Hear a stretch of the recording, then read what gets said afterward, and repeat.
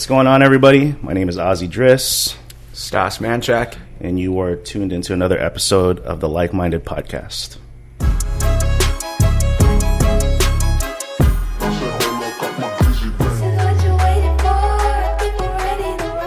It is Friday, March 1st. We are 1 month away from the end of Q1 of 2024 being over already. Which means I hope everyone's got their taxes done. Or prepped, at least. Corporate taxes are due March 15th.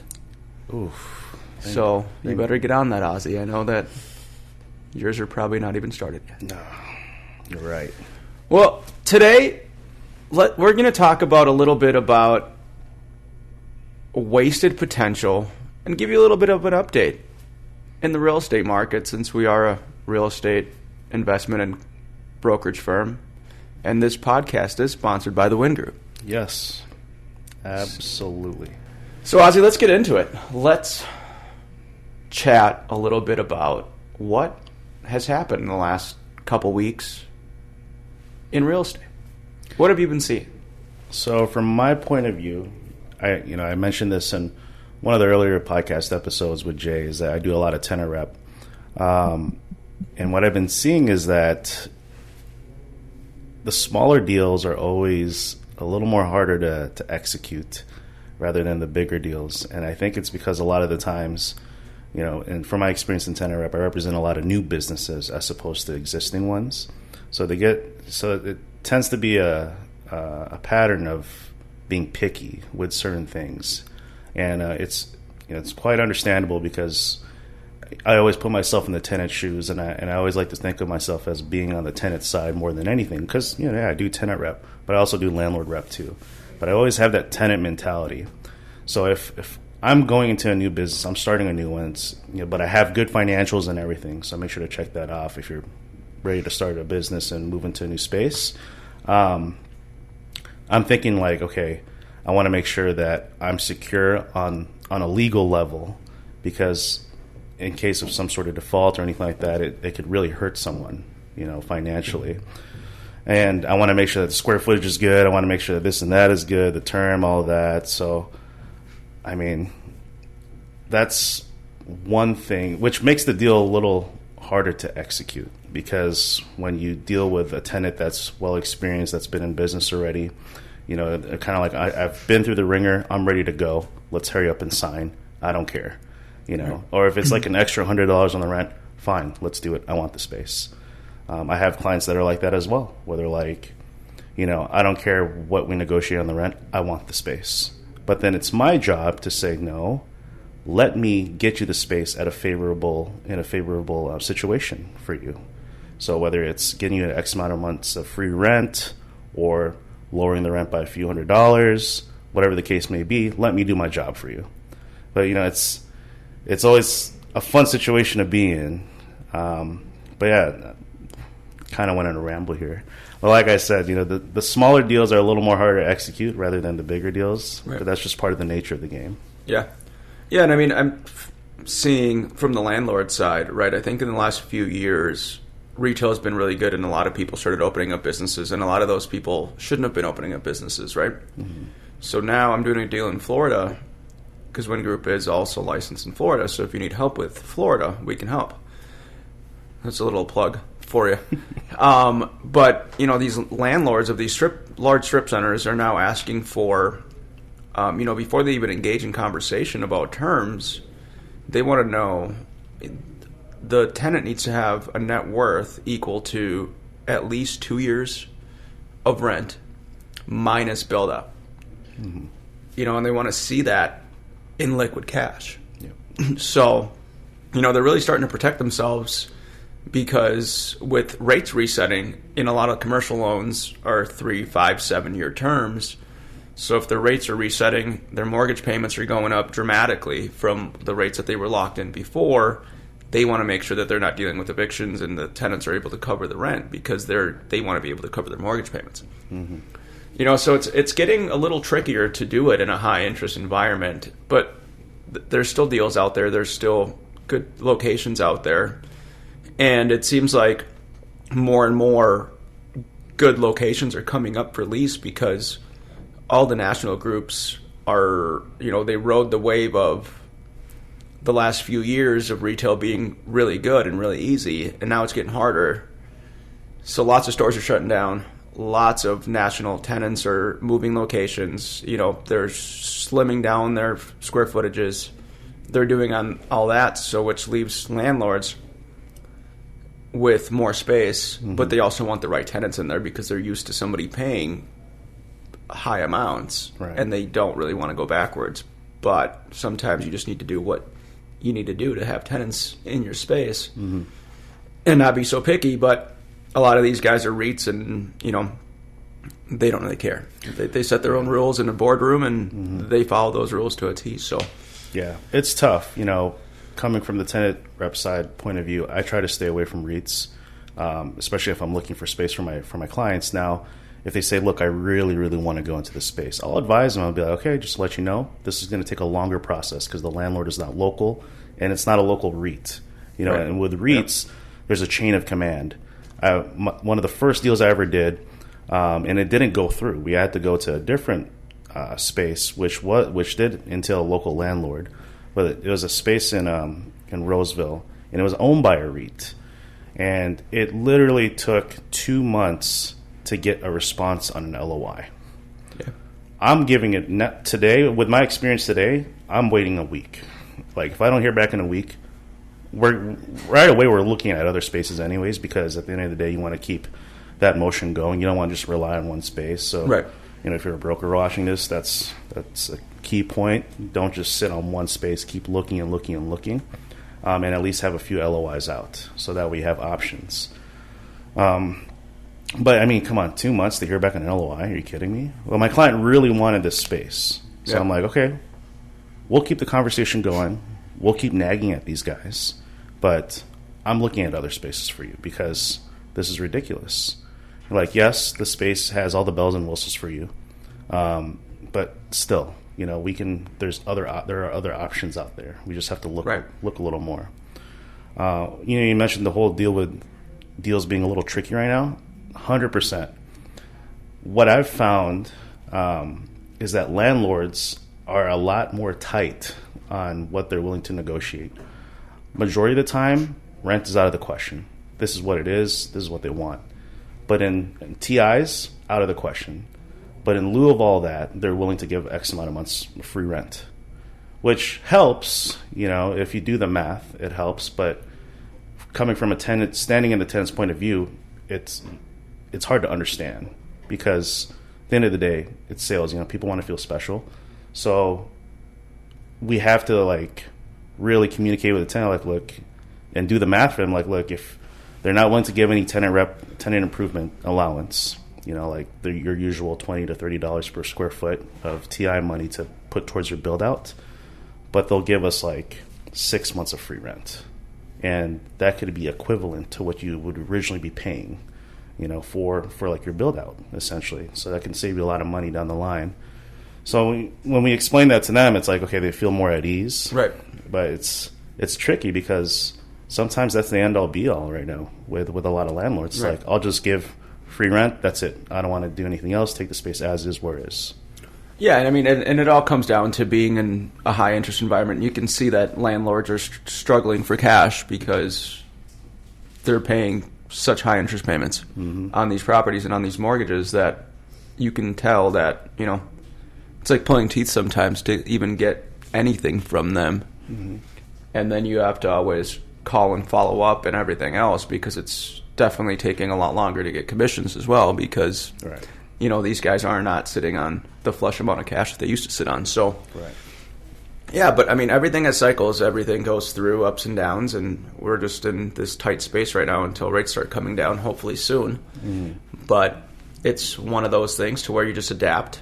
You go through a different direction, and you just get deals done either way. Right. Because business will still happen no matter what the environment is.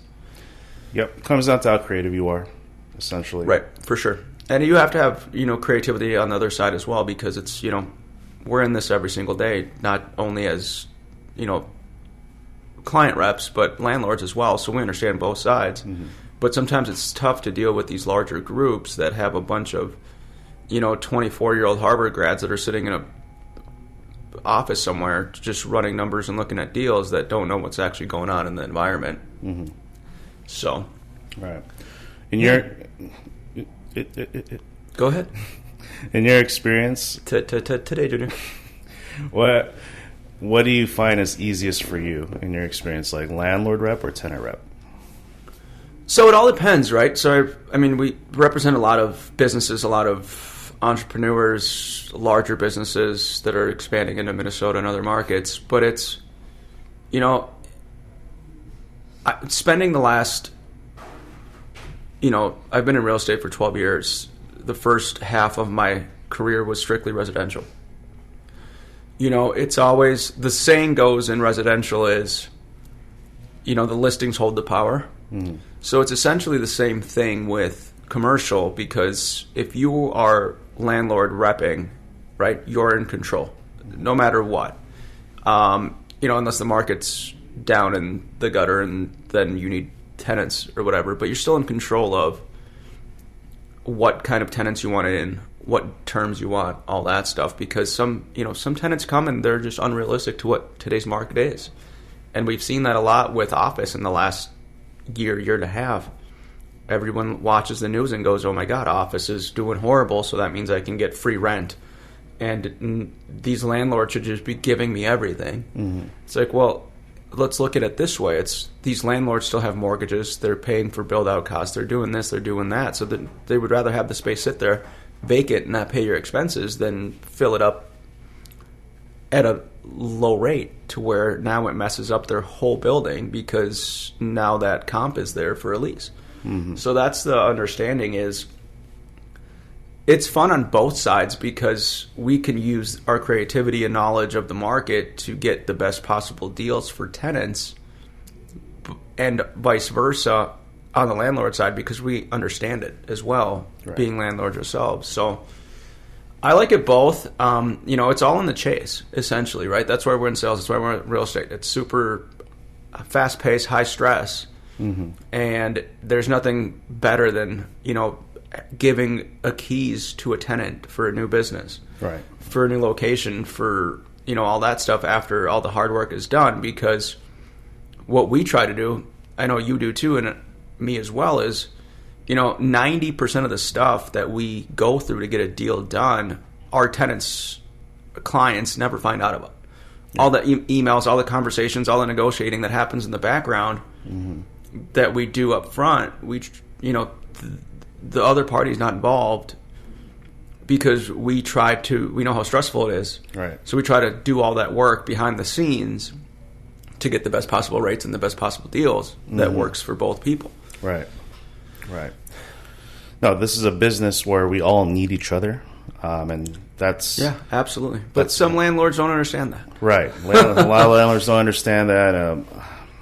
Clients, they get a gist of it, but right, it's from broker to broker or agent to agent, whatever you want to call yourself. Right. We all need each other, so we all have to find a way to work together. Right. And luckily, in my experience so far, I've only been in the business coming up 3 years now. Right. From my experience so far, the brokers that I've worked with feel exactly the same, and they get the picture too. Which is why we've been able to execute these deals, because they get it. Like, yeah, it's a bigger picture. We all need each other. Let's get this deal done. Right. Let's make both parties happy. Yeah. Yeah, most of the time it's great until you get that egotistical broker on the other side that doesn't want to do a deal with you because they want to double end it and hold both sides, and then it just becomes a struggle. Yeah. To get anything done, which doesn't help anybody, including the landlord, right? Because that space is just sitting there vacant for months and months and months on end. Yep. So that's kind of the real estate. So now let's talk about what we wanted to talk about today, and that is wasted potential. What does that mean to you, Ozzy? Wasted potential to me. Now I'm going to refer it back to my dance background of over like 20 plus years. And what club is that?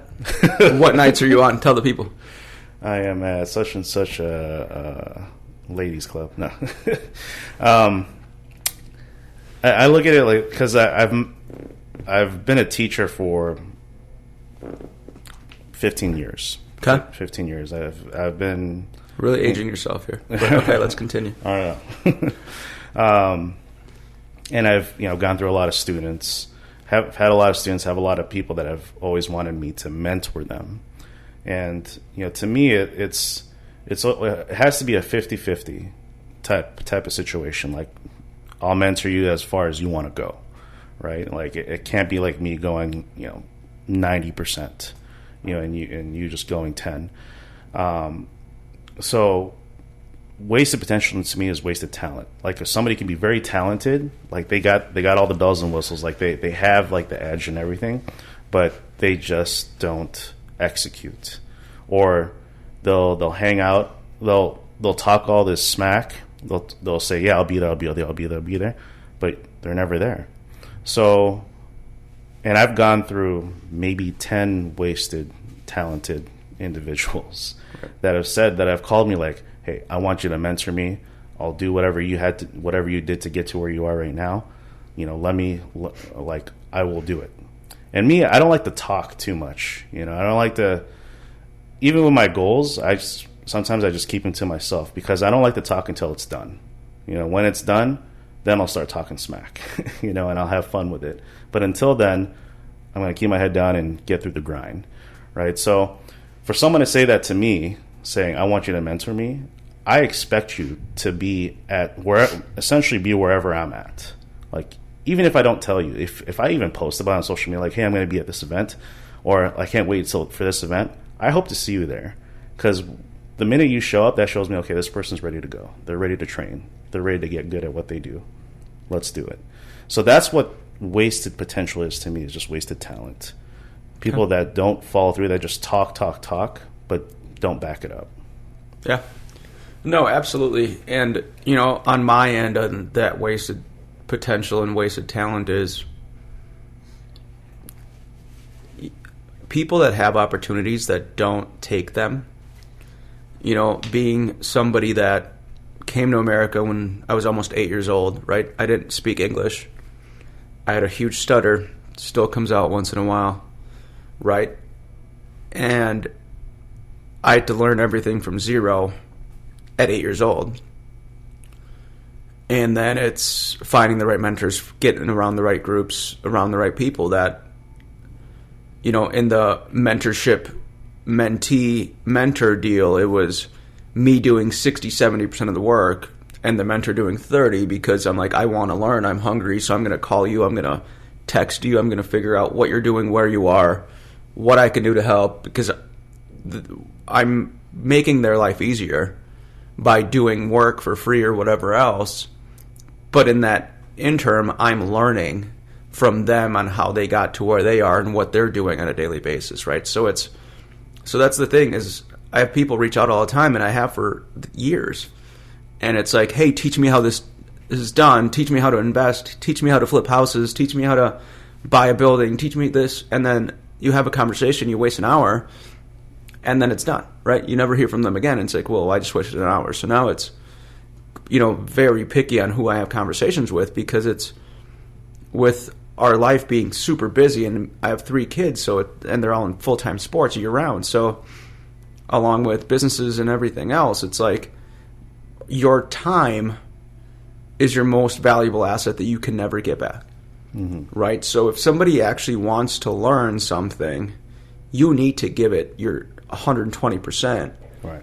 And then not waste people's time, because that's the biggest bother to anybody that's busy all the time that's actually doing stuff, is the time waste, right? Because then you meet somebody and they're like, you see their potential that they have, and you can give them all the resources and all the tools and everything else, but they don't act on it, right? Right.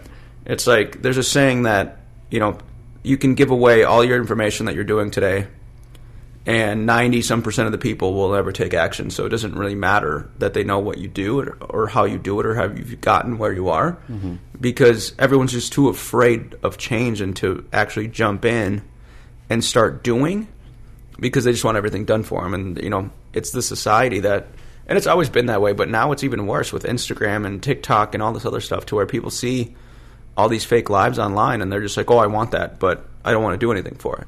Right. I don't like hard work. Mm-hmm. And that's not going to get you anywhere, because your biggest teacher is failure. Mm-hmm. And it's the fastest way to get anywhere is to keep doing things that you fail at every single day. Yep. Because if you're not failing, you're not trying hard enough, right? Right. So that's definitely it. And to me, it's a bothersome. It's like a irritant in a sense, to where I see somebody that has so much potential and they just waste their life away. Mm-hmm. They say most people die at 25 and don't get buried until they're 75, 80 years old, because they just live the same year over and over again without doing anything. Right. They just get comfortable, and comfort is the killer to everything. Mm-hmm. Yeah. I think that, the more you continue to try and try, the thing is, it's not rocket science. You just got to try, right? And you got to try and keep trying and trying and trying and trying. And obviously there's going to be a lot of failure that kicks in with that, but it gets easier to fail, right? Like, failure becomes nothing at that point. You become bulletproof in a sense. When I used to work in retail pharmacy, I was up at the front. Dealing with sick patients, angry customers. And when I started, I was 18 years old, and I was there up until about 31, 32. Right. So from there, it's like nothing phases me anymore. Like, people can yell at me, like it is what it is. I've become so bulletproof from it that it's like, I don't care if you're like screaming or going crazy. It's like, if anything, I'll probably just smile a little bit. It might piss you off even more, but right. But it's like, it's the same idea with anything that you do in life, where the more you continue to attack it, it's nothing. It's just night and day. You just keep going with it. You go with the flow. You get creative. You kind of learn how to actually have fun with it. And maybe it's a psychological way to trick your brain, but hey, it works. Yeah. No, absolutely. So what would you say to somebody that's watching that's in high school today, or even an adult that's struggling to find what they want to do and their place in life? What advice would you give to them about wasted potential and what they would need to do today to kind of take that first step? Network. Meet people. You're young. Yes, you're in a generation where your phone is everything. Where our generation, our phone wasn't everything for us when we were in high school. We didn't really have phones, actually. We had phones that didn't give us the capability that it does today. Right. Our biggest thing was Snake. Yeah, Snake and the ping pong game, if you got lucky. Yeah. And our phones were indestructible back then too. And a Nokia could just toss that thing out. But network, I'm not gonna lie, I always think about this whenever I think about my times in high school. I'm like, man, I should have just gotten my real estate license at 18. Yeah. Like, get a license. One thing I actually learned from Marshall was, and my mom too, was get whatever it is that you think you want to pursue. If there's a license required involved in that, get it. If you want to be a pharmacy tech, get your license. You want to be in real estate, get your license. CPA, get your license. GC, get the license. Because when you have that, like, it's something to fall back on. It's something that you work hard for that you'll learn to appreciate and will never let go.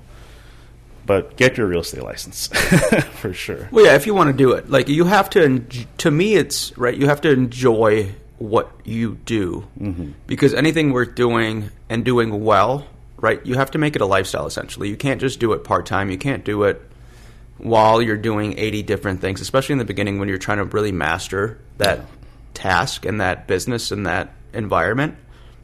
So it's 14, 15-hour days. So you have to make it a lifestyle, and you have to figure out a way to incorporate, your whole family into it, because family is important. And it's whether you're doing this or that or whatever, it has to be, it kind of encompasses your whole life. So you can't just be like nonchalant with anything else in your life, but you could incorporate everything into it and make it a lifestyle. Yeah, you're right. Essentially, find something you like. one of our low-key clients came in, and right now he's getting into the video game business. And we were talking, we were like, when we were in high school, who would have thought that you can make millions and millions of dollars of being a gamer? Right. Back then, parents were totally against it. Now parents are for it because they see the potential, they see the sponsors and whatnot. And that's just off of something that you would like. I used to love playing video games. And if that was a situation, if what happened back then is a situation today where I can actually make a sustainable income from it, I probably would have went 100% into it. Right. And so now there's so much potential in whatever it is that you want to do. If you like something, go ahead and do it and then figure it out. You'll find a way to make money out of it if that's your goal. So.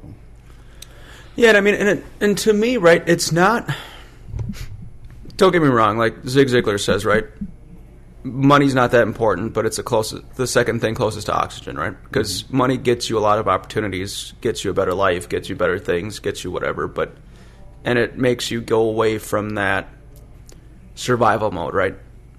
But you can't focus on the money. The money will come as long as you provide enough value out into the marketplace. Right. So you have to focus on what can you do to get better every single day to provide more and more value into the marketplace, right? Because there's so many realtors, there's so many insurance people, there's so many, any industry, doesn't matter what it is, right? People that just float along in comfort, never do anything more than they're doing. They're making their 40, 50, 60 grand a year and they're happy, right? Because they don't want to change, they don't want to get better, they don't want to do any of that stuff. So it's what is it going to take for you on a daily basis to be the best in the industry to where you're providing the most amount of value, whether that's to your clients, to yourself, to people around you, to whatever, to become the best. Because why do anything unless you're going to master it to be the absolute best in that industry that you can be, no matter what it is that you're doing. Right. Even if it was in high school, eating Totino's party pizzas and playing Grand Theft Auto, right? You wanted to beat that game because you wanted to be the best. Right. But it's more so like it takes hard work, and I think that's what a lot of people are afraid of. Right. You have to go through the struggles. You have to go through the sleepless nights, the long days, the short nights, improving yourself so that you can improve in the business and the industry that you're in, to provide the most amount of value, because otherwise you're just floating along, not getting anywhere. Right, exactly. Money's the byproduct, essentially. Of course, yeah, you can't treat it as, I'm doing this for money, because it's never going to work, right? You need to treat it as, I need to become the absolute best at what I do, no matter what it is, and provide the most amount of value, and with that, the money will show up. 100%. You know what, though? Got to say this before we end it because we're running on time here. You know what grinds my gears in this industry is when brokers, agents, realtors, whatever you want to call yourself, call and say first off the bat, if you're listing something, they call and say, so what's the commission on this? That grinds my gears because I'm like, well, if the commission wasn't at this much, would you still serve your client? Would you still get what your client wanted? But a lot of these guys won't. Like I told you, but this was 2-3 weeks ago. I got a phone call and then an email on one of our office buildings. It's like, hey, I have this tenant. What's the commission payout? And what space do you have available? It's like, well, first of all, our building's 100% full. So your first question that you ask me is what the payout is? Like, yeah, that's not even a question that I've ever asked in the beginning, because my job is to serve our client to their best potential. It doesn't matter if it's $5 or if it's $150,000. It's your job is not to get asked what the commission is, because that shouldn't matter to you. What should matter to you is serving your client to the highest potential and getting them what they need. But yeah, that's a skewed up mindset of, it's people that aren't thinking in abundance, to where people are living in survival mode, to where there's like, oh, there's only this much of it, so I need to get a little piece of that, this much. People don't understand that, money is printed in a computer program every single day by the Fed, worldwide, and it's everywhere. You just have to figure out enough value to give to the world for it to come to you. Right. 100%. Yeah. Yeah. So. All right. We're told that we need to wrap it up by the person behind the camera. So we're wrapping it up. Thanks so much for watching. This is episode 5 or 4? 5. Episode 5 already. Wow. Amazing. So thanks so much for watching. Please subscribe. Sorry. We were just told episode 4. Episode number 4. It's my favorite number. Number 4. Signing out. I'm going to claim myself to be the world's greatest moderator. And Ozzy, thanks so much for watching. Don't forget to subscribe. And if you have any questions regarding real estate, we're here every single day. You know how to find us. Peace.